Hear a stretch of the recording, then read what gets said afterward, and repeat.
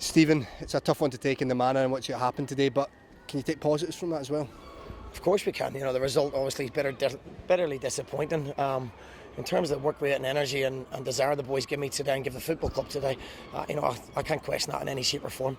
We've had to make an enforced change with Hammy coming off, and it leaves us a little bit shorter at the back, and we get punished for it. But you got to deal with it. I can't ask for any more. I said, and I set down a template for them with the desire and the hard work, and we were organised. And I can't ask for any more than they showed they wanted to play for Motherwell. They'd run themselves into the ground, and they're landing in the dressing room, they're shattered.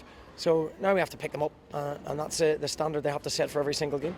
You mentioned the changes you were forced into during the game, also forced into them before the game with suspensions, injuries, but the boys that came in, does it show that encouragement that all through the squad, these boys are ready to step up? I think the encouragement is that they took to a letter what we asked them to do. We frustrated Aberdeen. They started going long, they were punting balls into our box, and remember, these are teams second in the league with the second highest goal scoring record and the second best defensive record in the league. So we've got to put it into a bit of reality there, but that doesn't change the fact we're very disappointed, because we thought we'd earned it. We'd matched them all the way. We defended well at times when we needed to, as you do at Aberdeen, but listen, we'll deal with it, we'll get on with it, and there's a lot of positives we can take with it. Of course, looking ahead now, Stephen, as well, St Johnstone next, and is it just a case of keeping that momentum going in terms of performances and hoping that the results come back? Yeah, I think if you get the performances, the results will take care of themselves.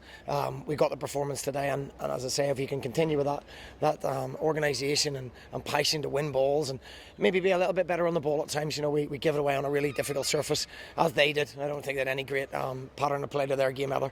But we'll take stock. We'll give them a day off tomorrow, and we'll go again on Monday. Aberdeen went with two up front, and Rooney and Stockley, two big physical players, and everything that went into the box they seem to be dealt with.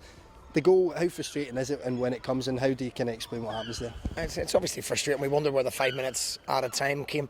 That's not why we lost the game, but it's frustrating when you get a little bit of misfortune like that. But look, we switched off once in the game. Other than that, we dealt with absolutely everything.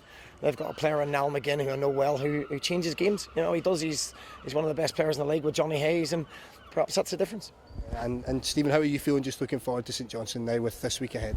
Yeah, it's a long journey back home again, so all we have to do is pick ourselves up, take a lot of the positives from the game, and I don't think there's anybody that came to the game today could question anybody's work rate or desire to play for Motherwell Football Club.